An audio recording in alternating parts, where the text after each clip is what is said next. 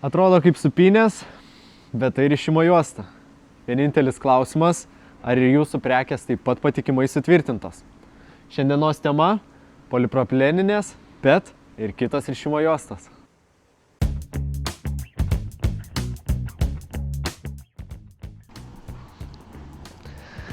Tvirtinimo juostos pagrindinis tikslas yra užtikrinti stabilumą, apsaugą ir saugumą transportavimo ar sandėliavimo metu.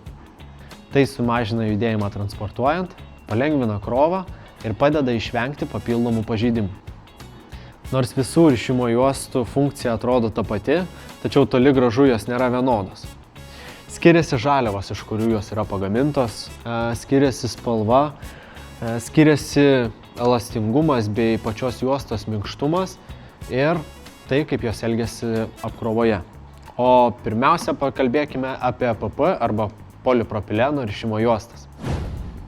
Polipropileninė juosta, arba dar kitaip rinkoje vadinama PP, skirstosi pagal 3 pagrindinės charakteristikas. Tai yra juostos plotis, kuris gali svyruoti nuo 5 iki 19 mm, juostos storis, kuris taip pat gali svyruoti nuo 0,5 iki 0,9 mm, bei vidinis tūtos diametras, kuris gali būti 200 arba 406 mm. Taip pat šios juostos gali būti iš skirtingų spalvų. Rinkoje priimta, kad polipropileninė juosta dažniausiai yra balta, o juodos spalvos polipropileninė juosta identifikuoja, kad tai yra ekoproduktas su šiek tiek mažesnė trūkio jėga. Taip pat šios tvirtinimo juostos gali būti ir kitokių spalvų, tačiau tai tiesiog priklauso nuo to, koks pigmentas gamybos metu yra įmaišytas. Tai jinai gali būti mėlyna, geltona, juoda, gali būti žalia, panaši į PET juostą. Polipropileninės rišimo juostos dažniausiai yra pasirenkamos lengviems ar vidutinio svorio kroviniams rišti. Jos yra daug minkštesnės ir daug lengvesnės, tad su jomis yra daug patogiau atlikti rišimus rankiniu būdu. O kuomet polipropileninės rišimo juostos jau nebepakanka, yra sekanti produktų grupė, tai yra PET rišimo juostos. Kitaip negu polipropileninė rišimo juosta, PET juosta turi daug didesnės trūkio jėgas. Dar vienas skirtumas, kad PET rišimo juosta gali būti lieto plastiko arba tekstilinė. Šiuo atveju tekstilinė yra dažniausiai naudojama ten, kur yra jautrus paviršiai, kur prekės gali būti pažeistos, kur reikia minkštesnės bei švelnesnės rišimo juostos. Tiek tekstilinė, tiek įprasta PET juosta gali būti įvairių pločių, nuo 9 iki 32 mm, įvairių storių nuo 0,5 iki 1,2 mm, arba gali būti pagaminta iš rifliuoto ar lygaus paviršiaus. O jeigu PET juostas vis dėlto nepakaktų, yra dar vienas stipresnis pasirinkimas – metalo rišimo juosta. Metalinės rišimo juostas vienas iš didžiausių skirtumų, tai lyginant su polipropileninė ar PET rišimo juosta, kad ši juosta neturi elastingumo lyginant su plastikinėmis juostomis. Tai reiškia, kad kuomet krovinys yra surištas ir jis yra transportuojamas, jinai neišsitampo. Metalo juosta dažniausiai naudojama su ypač sunkiais kroviniais, kuomet reikia labai didelės trūkio jėgos. Taip pat kaip kitos rišimo juostos, metalo juosta gali būti įvairių pločių, įvairių storių, turėti net tam tikrus atspalvius. Tačiau atspalvių ypatybė yra ta, kad metalo juosta dažniausiai būna kam nors padengta. Pavyzdžiui, gali būti cinkuota, gali būti dažyta, taip pat gali būti visiškai be jokio paviršiaus apdirbimo. O dabar parodysiu, kaip galima sutvirtinti kiekvieną rišimo juostą ir kokius sutvirtinimo būdus galima pasirinkti. Taigi, kaip matote ant stalo, jau pasirašiau keletą skirtingų rišimo juostų, taip pat pasiėmiau skirtingus aktelius skirtingiam tvirtinimo būdam, bei pasirašiau keletą pagrindinių rankinio sutvirtinimo įrenginių. Ir pats paprasčiausias būdas sutvirtinti rišimo juostą, tai yra naudojant kilpeles. Kilpelės būna skirtingų dydžių. Šiuo atveju mes naudosime šiai juostai pritaikytas kilpeles. Ir vienas iš paprasčiausių būdų tai yra imame kilpelę, per kilpelės vidų prasikišame rišimo juostą. Ta patį padarome su antruoju galu.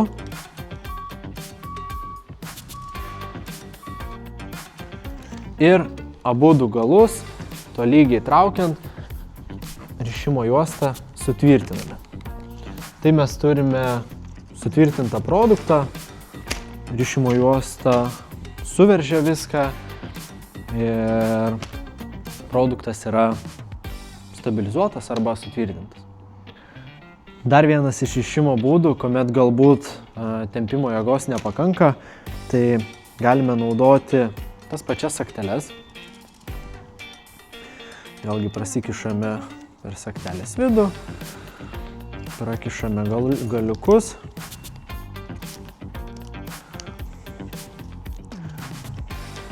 Rišimo juostos laisvas galus užtraukiame. Ir jeigu trūksta tempiamosios jėgos, dedame rišimo juostą į rankinį juostos užtempėją.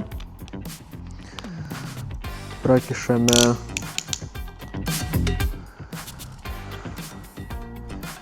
juostą per įrenginį,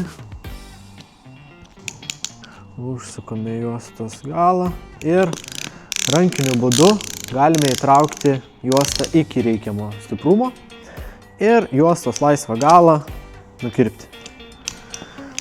Išsitraukiame įrankį, juostos laisvas galiukas gali būti išmetamas ir turime dar stipriau įtemptą surišimo juostą supakuotą krovinį. Jeigu vis dėlto nenorime naudoti kilpelių, galime naudoti sagteles. Sagtelės taip pat yra įvairių dydžių, šiuo atveju naudosime šiai rišimo juostai skirtas sagteles. Tai pasiimame juostą, pasiimame sagtelę. Tai yra užspaudžiama sagtelė, dedame ją į įrankį.